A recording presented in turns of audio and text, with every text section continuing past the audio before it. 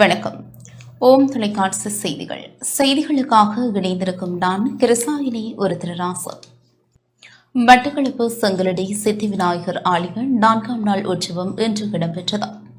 மட்டக்களப்பு செங்கலடி அருள்மிகு ஸ்ரீ சித்தி விநாயகர் ஆலயம் வருடாந்த மகோற்சவம் 4ஆம் நாள் பகல் உற்சவம் சிறப்பாக இடம்பெற்றது.